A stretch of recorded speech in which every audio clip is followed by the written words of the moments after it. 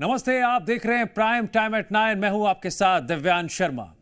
इस वक्त देश में चारों तरफ एक सवाल गूंज रहा है, केजरीवाल इस्तीफा देंगे तो फिर दिल्ली का अगला मुख्यमंत्री कौन बनेगा? सस्पेंस बरकरार है। दिल्ली में केजरीवाल इस्तीफे का ऐलान तो कर चुके हैं, लेकिन उसके बाद दिल्ली में उनकी जगह मुख्यमंत्री कौन बनेगा, सस्पेंस कायम है, सवाल निशान बरकरार है। हालांकि केजरीवाल ने 48 घंटों की मियाद मांगी थी और उसमें अभी थोड़ा वक्त और बाकी है।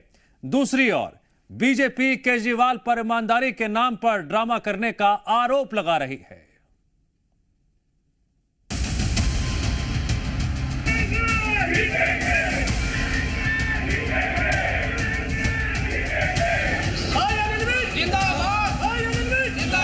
सीएम की कुर्सी से इस्तीफा देने जा रहा हूं और मैं तब तक सीएम की कुर्सी पे नहीं बैठूंगा जब तक जनता अपना फैसला ना सुना दे। कोर्ट ने हटा दिया तब ये नाटक कर रहे हैं। देखो देखो मैं इस्तीफा दे रहा हूं, देखो मैं इस्तीफा दे रहा हूं। अगले 2-3 दिन के अंदर विधायक दल की मीटिंग होगी और विधायक दल की मीटिंग में अगले मुख्यमंत्री के नाम का तय किया जाएगा। ये कोई सेवा करने के लिए मुख्यमंत्री नहीं बना, ये मेवा के लिए बना। आप फाइल बिना साइन किए जनता में रह के भी सेवा कर सकते हैं। दिल्ली का नया मुख्यमंत्री तय हो चुका है। अगला मुख्यमंत्री का नाम क्या है, बस इसका खुलासा अगले 24 घंटे के भीतर हो सकता है, क्योंकि दिल्ली के मुख्यमंत्री अरविंद केजरीवाल पहले ही ऐलान कर चुके हैं वो मंगलवार को इस्तीफा दे देंगे। इस बीच दिल्ली में सियासी हलचल भी तेज हो गई है, जबकि कांग्रेस और बीजेपी आम आदमी पार्टी के भीतर हो रही हलचल पर पूरी नजर बनाए हुए हैं।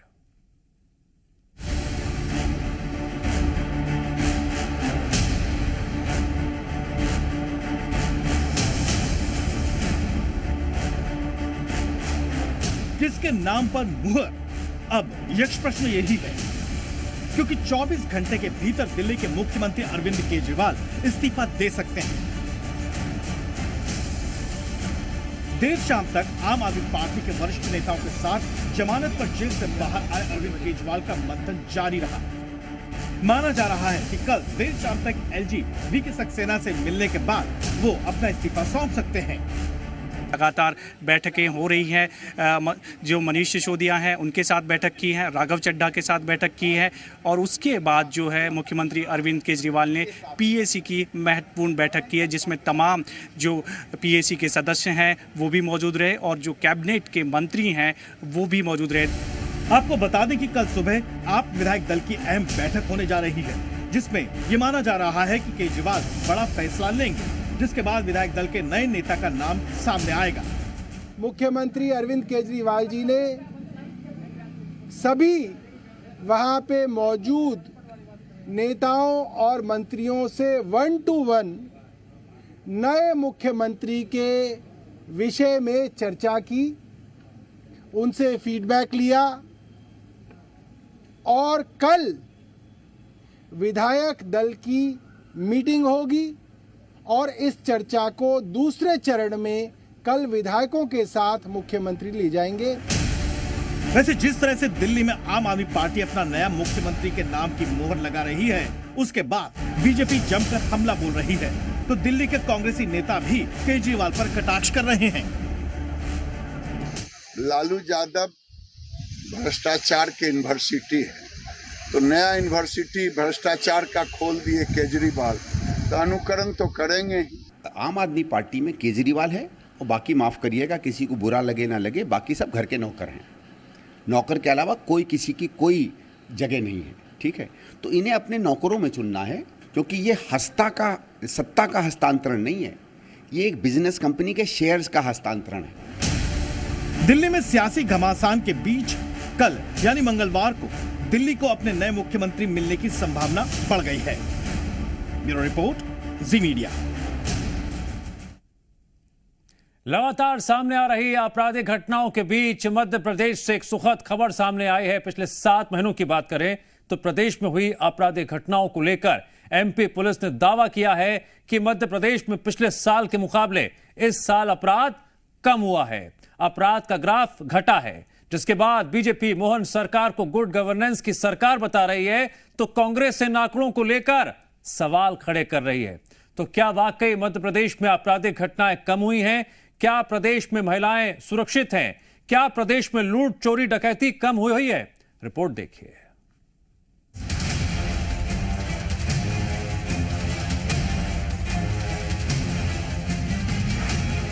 मध्य प्रदेश में जहां एक और हत्या, लूट, चोरी और रेप जैसी गंभीर घटनाओं की खबरें अक्सर सामने आती हैं, वहीं इस बीच पुलिस मुख्यालय ने बीते 7 महीनों के अपराधों की समीक्षा कर प्रदेश में अपराधों में कमी का दावा किया है। इसे लेकर एससीआरबी की तरफ से आधिकारिक तौर पर आंकड़े जारी किए गए हैं। जारी आंकड़ों के मुताबिक महिलाओं के विरुद्ध होने वाले अपराध 7.91% कम हुए हैं। संपत्ति संबंधी अपराधों में 23.22% की कमी आई है। नकबजनी में 9.53% की गिरावट हुई है। सामान्य चोरी में 6.51% की कमी आई है। गंभीर अपराध जैसे हत्या के मामलों में 7.15% की कमी देखी गई, तो डकैती में 51.56% की कमी आई है।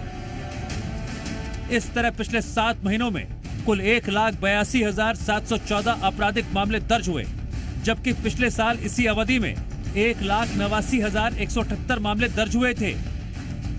अब जहां पुलिस की तरफ से जारी आंकड़ों को लेकर बीजेपी गुड गवर्नेंस का दावा कर रही है, तो कांग्रेस इस दावे पर तंज कस रही है।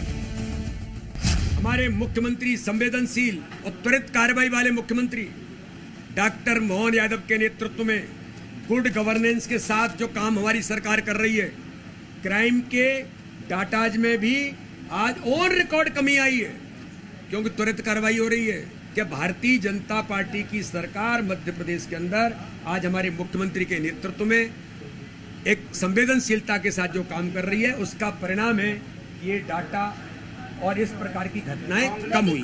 20 साल में 4 बार ये गुड गवर्नेंस की बातें करते हैं। ज़मीन पे सबसे ज़्यादा बलात्कार हमारे यहाँ होते हैं, सबसे ज़्यादा आदिवासियों पर अपराध हमारे यहाँ होता है, दलितों पे अपराध हमारे यहाँ होते हैं, लूट यहाँ होती है, डकैत यहाँ होती है, करप्ट हम है। ये तमंगा मेरा आरोप नहीं है, एनसीआरबी के आंकड़े हैं। तो इनके मध्य प्रदेश के अपने आंकड़े सच है या नरेंद्र मोदी जी के आंकड़े, ये भी बताना ही पड़ेगा वीडी शर्मा जी को। हालांकि इन आंकड़ों के बीच प्रदेश में हाल ही में हुई कुछ घटनाएं इस दावे पर सवाल खड़े करती हैं। इंदौर में चलती कार में एक महिला के साथ छेड़छाड़ का मामला सामने आया, जहां विरोध करने पर बदमाशों ने गाड़ी के बोनट पर चढ़कर उत्पात मचाया। इसी तरह सेना के ट्रेनी अधिकारियों की महिला मित्र के साथ भी मारपीट और गैंगरेप की घटना हुई, जिसके बाद सवाल उठता है, क्या वाकई में प्रदेश में होने वाले अपराधों में कमी आई है? ब्यूरो रिपोर्ट, जी मीडिया। और अब बात करते हैं मध्य प्रदेश की टिकटॉक वाली सियासत की। मध्य प्रदेश कांग्रेस के पोस्टर में टिकटॉक दिखने के बाद से ही सियासी घमासान छिड़ा हुआ है। कांग्रेस के सोशल मीडिया पोस्टर पर बीजेपी भड़क गई। बीजेपी का कहना है, मध्य प्रदेश कांग्रेस तो राष्ट्र विरोधी है, बैन चीनी ऐप का कांग्रेस का पोस्टर प्रचार करता है। खड़गे और राहुल गांधी बताएं, कांग्रेस बैन ऐप का इस्तेमाल क्यों कर रही है?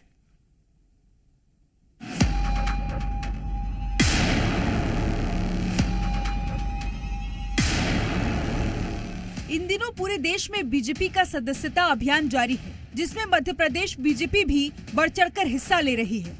तो दूसरी तरफ एमपी कांग्रेस का सोशल मीडिया विभाग भी नए सदस्य बना रहा है, जिसका एक पोस्टर भी सोशल मीडिया पर पार्टी विभाग ने शेयर किया है। पोस्टर में सोशल मीडिया प्लेटफॉर्म के तमाम लोगो हैं, लेकिन इसमें एक ऐसा भी लोगो है जिस पर भारत सरकार ने प्रतिबंध लगा रखा है।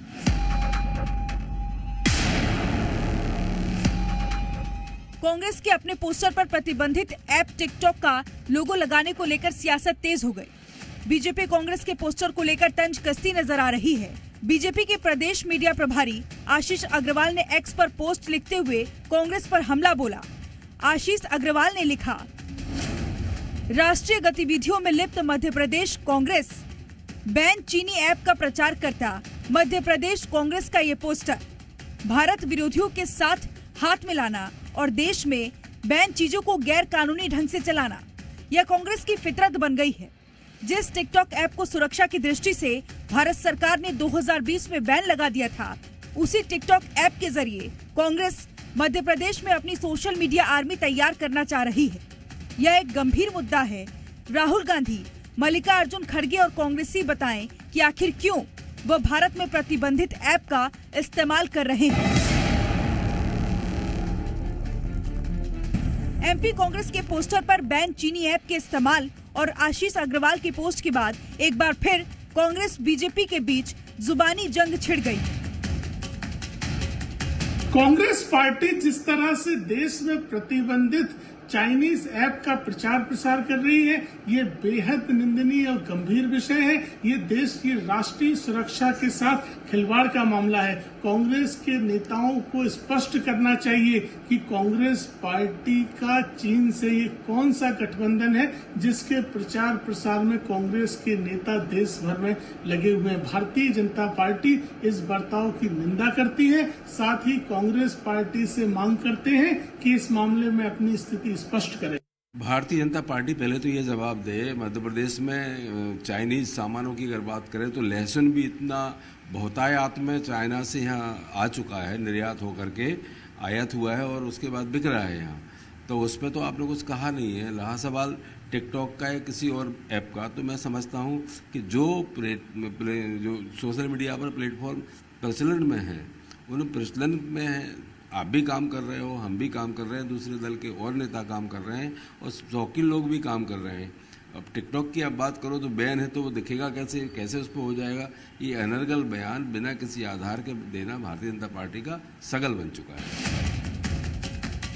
कांग्रेस के पोस्टर में बैन चीनी ऐप के लोगों के बाद मध्य प्रदेश के सियासी गलियारों में हलचल तेज हो गई है। जहां बीजेपी कांग्रेस ने प्रतिबंधित ऐप के लोगों को इस्तेमाल करने का कारण पूछ रही है, तो वहीं कांग्रेस बीजेपी पर बिना मुद्दे के राजनीति करने का आरोप लगा रही है।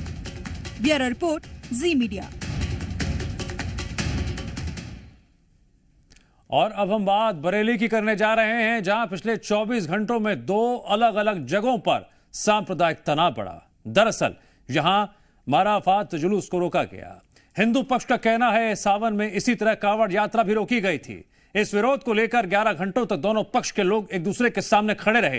हालांकि पुलिस ने मामला शांत करवाया, लेकिन जब यह सब हो रहा था उसी वक्त एक दूसरी लोकेशन पर शनिदेव की प्रतिमा खंडित की गई, जिसका आरोप जुलूस में शामिल युवकों पर ही लग रहा है।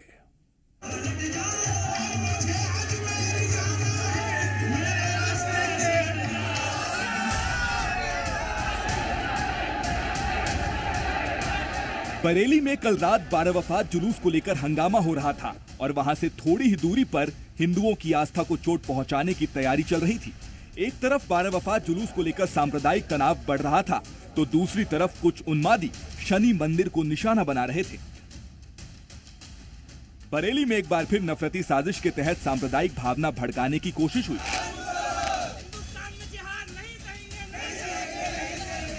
प्रतिमा को खंडित किया गया। सोची समझी साजिश के तहत बरेली को सांप्रदायिक आग में झोंकने की पूरी तैयारी की गई थी।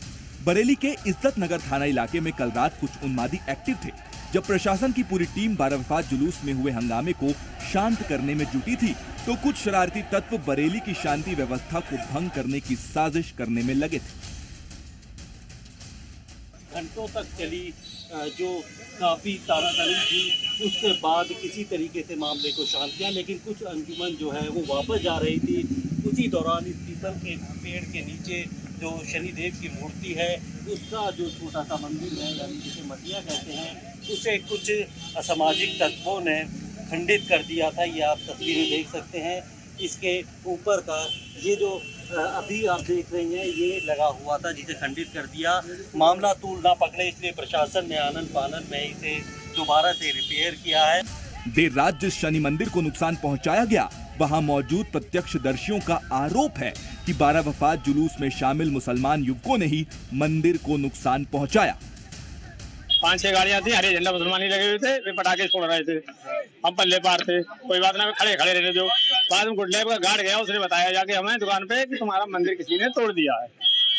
फिर जब देखने आए तो वाकई में टूटा हुआ पड़ा। मंदिर में तोड़फोड़ की घटना के बाद लोगों का गुस्सा भड़का। हिंदू संगठन के कार्यकर्ताओं के साथ साथ स्थानीय लोग भी मौके पर पहुंचे। लोगों ने बार बार इस तरह की घटनाओं को लेकर अपना आक्रोश जाहिर किया। जिसने भी ये तोड़ा है उसका वाकई में सबसे बुरा अंजाम होने वाला है। और जिसने ये शनिदेव का मंदिर रात में तोड़ा और उसके बाद जो आज स्थिति है, एक शहर में इस तरह से घटनाएं करने का मतलब आप समझते हैं किस तरह से वो लोग घटनाओं को अंजाम दे रहे हैं? ये गलत तरीका है। दरअसल इस इलाके में ऐसी घटना को पहली बार अंजाम नहीं दिया गया है। इसी साल सावन की शुरुआत के दौरान प्राचीन शिव मंदिर में प्रतिमा को खंडित किया गया था। इस मामले में पुलिस ने 4 युवकों को गिरफ्तार किया था। इस घटना का मुख्य आरोपी उत्तराखंड का अकरम है। पुलिस की पूछताछ में अकरम ने कबूला था कि बरेली में माहौल बिगाड़ने के लिए ऐसा किया गया। बीती रात एक तरफ जहां शनि मंदिर को नुकसान पहुंचाया गया, तो वहीं 12 वफात जुलूस को लेकर भी पूरे बरेली में सांप्रदायिक तनाव का माहौल रहा। हिंदू समुदाय के लोग पूरी रात 12 वफात जुलूस का रास्ता रोके रहे, तो वहीं मुस्लिम समुदाय के लोग जुलूस का रास्ता बदलने के लिए तैयार नहीं थे। दरअसल हिंदू समुदाय का आरोप है कि सावन में इस रूट से कांवड़ यात्रा को निकालने से रोका गया था, जिस वजह से इस बार 12 वफात जुलूस को निकलने नहीं दिया गया। पुलिस के आला अधिकारी मौके पर पहुंचे, जिसके बाद दोनों पक्षों के लोगों को समझाकर दूसरे रूट से जुलूस को निकाला गया। पुलिस द्वारा लगातार दोनों पक्षों से बातचीत की जा रही थी। बातचीत के क्रम में दोनों पक्ष अपने अपने कुछ तथ्य सामने रख रहे थे। क्योंकि मुख्य जुलूस का जो समय था वहाँ पर लगभग 4:30-5 बजे समाप्त हो गया था और दोनों पक्ष अपनी सहमति से अपने आप ही अपनी जगह से हटे। एक तरफ बरेली में सांप्रदायिक तनाव है, तो दूसरी तरफ योगी सरकार में मंत्री संजय निषाद ने समाजवादी पार्टी और अखिलेश यादव पर निशाना साधा और तुष्टीकरण का आरोप लगाया। सपा और कांग्रेस मुसलमानों को अंधा बना देती है और अंधा बनाकर अपना धंधा जो चलाती है उस पर ये कोई भी निर्णय ले लेते हैं। इनका काम ही इतिहास है कि जहां हमारा सांस्कृतिक हो उस पर मस्जिद बनवाना, निषादराज किले पर हो, चाहे आपका बनारस हो, चाहे अयोध्या हो, चाहे मथुरा हो। बरेली में दोनों ही जगहों पर फिलहाल हालात को काबू में करने की कोशिश जारी है, लेकिन सवाल है कि आखिर बरेली में बार बार नफरत की स्क्रिप्ट लिखता कौन है। बरेली से प्रमोद शर्मा और अजय कश्यप, जी मीडिया। और यहां रुकेंगे ब्रेक के लिए।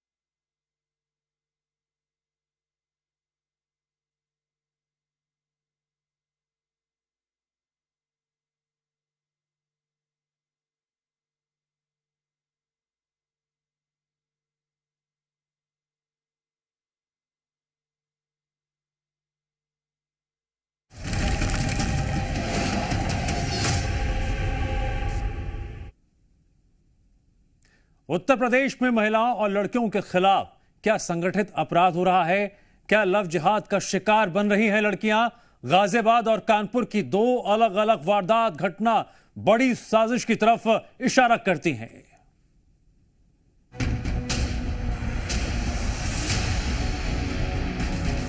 यूपी की 2 वारदात ने पुलिस के सामने फिर वही सवाल खड़े कर दिए कि क्या यूपी में लड़कियों को सोची समझी साजिश के तहत शिकार बनाया जा रहा है? क्या यूपी के शहर शहर में लव जिहाद की फैक्ट्री चल रही है? ये आरोप क्यों लग रहे हैं? इसे समझने के लिए 2 मामले देखिए। सबसे पहले बात गाजियाबाद की। आंसू बहाती और चेहरा छिपाती इस लड़की का आरोप है कि एक मुस्लिम लड़के ने इसे अपनी साजिश का शिकार बनाया। दानिश ने देव बनकर इससे दोस्ती की, फिर लड़की को हिंदू रिवाज के साथ शादी करने का झांसा दिया और मंगलसूत्र तक लाकर दिया। अपने आप को हिंदू साबित करने के लिए कई बार मंदिर के भी चक्कर लगाए। लड़की को उसके प्यार पर भरोसा हो गया। इसके बाद जब वो प्रेग्नेंट हुई तो जबरन अबॉर्शन करवाया और फरार हो गया। मैंने कोर्ट मैरिज के लिए बोला उससे, तो फिर उसने बताया कि मैं हिंदू नहीं मुस्लिम और मेरा असली नाम दानिश है, और बाकी मुझे उसके बारे में उसके घर का पता और उसके पापा का नाम किसी के बारे में कोई जानकारी नहीं थी। गाजियाबाद की एक निजी कंपनी की मार्केटिंग टीम में काम करने के दौरान इस लड़की की मुलाकात दानिश से हुई थी। अब पुलिस दानिश की तलाश कर रही है। पुलिस को शक है कि ये लव जिहाद का मामला है। पीड़िता के बयान तथा घटनास्थल निरीक्षण के आधार पर यह पता चला कि थाना साहिबाबाद क्षेत्र में स्थित होटल में अभियुक्त दानिश और पीड़िता का आना प्रमाणित हुआ और होटल से प्राप्त दस्तावेजों में अभियुक्त दानिश का आधार कार्ड लगा हुआ है तथा पीड़िता का भी उसमें आधार कार्ड प्राप्त हुआ है। दूसरी खबर कानपुर से है। सीसीटीवी कैमरे में कैद इन तस्वीरों में दिख रही लड़कियां अपने घर से लापता हैं। सभी लड़कियां मंदिर दर्शन करने गई थी। रसूलाबाद थाना इलाके में एक इको कार में चारों को ले जाने का दावा किया गया है। लड़कियों के पास मोबाइल न होने के कारण सर्विलांस में भी मदद नहीं मिल रही है। पुलिस की कई टीम लड़कियों की तलाश में जुटी है। हम लोगों ने शाम को 6 बजे तक इंतजार किया है, फिर उसके बाद हम लोगों ने ढूंढने का लग्गा लगाया। जब नहीं मिली तो शाम को वही 8 बजे के आसपास फिर हम लोगों ने चौकी में गुमशुदगी की रिपोर्ट दर्ज करवाई। पुलिस पूरी कार्रवाई कर रही है, रात में भी आती है, दिन में भी आती है। आपको किसी पर शक? किसी पर कोई शक नहीं।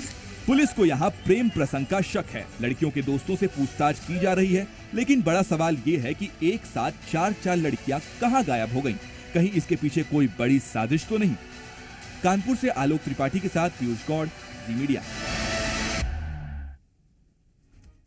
कर्नाटक में एक मुस्लिम नेता ने हिंदू नेता को चुनौती दे दी। व्हाट्सएप पर धमकी भरा वॉइस मैसेज जारी कर दिया। धमकी वायरल होते ही हिंदू संगठनों के कार्यकर्ता मंगलुरु के बीसी रोड पर इकट्ठा हो गए। इसी जगह पर मुस्लिम भी ईद ए मिलाद का जुलूस निकालने वाले थे। देखते ही देखते तनाव फैल गया, बढ़ गया। गणेश प्रतिमा के विसर्जन पर पत्थरबाजी, फिर जुलूस निकालकर सामना करने की चुनौती से हिंदुओं में आक्रोश फैल गया। हालांकि विवाद बढ़ता देख मोहम्मद शरीफ पर एफआईआर दर्ज हो गई। क्या है पूरा मामला और फिलहाल माहौल क्या है? मुस्लिम नेता को धमकी देना कैसे पड़ा भारी? देखिए हमारी स्पेशल रिपोर्ट।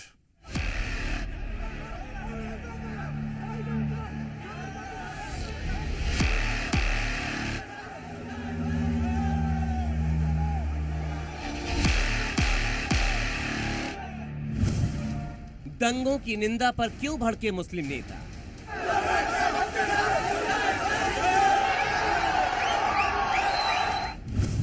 हिंदू नेता को धमकी, सड़क पर मिलने की चुनौती।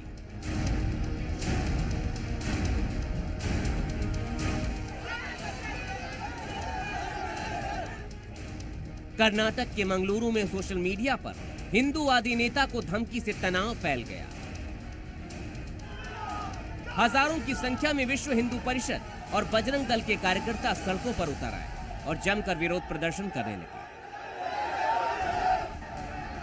देखते ही देखते प्रदर्शन हिंसक हो गया।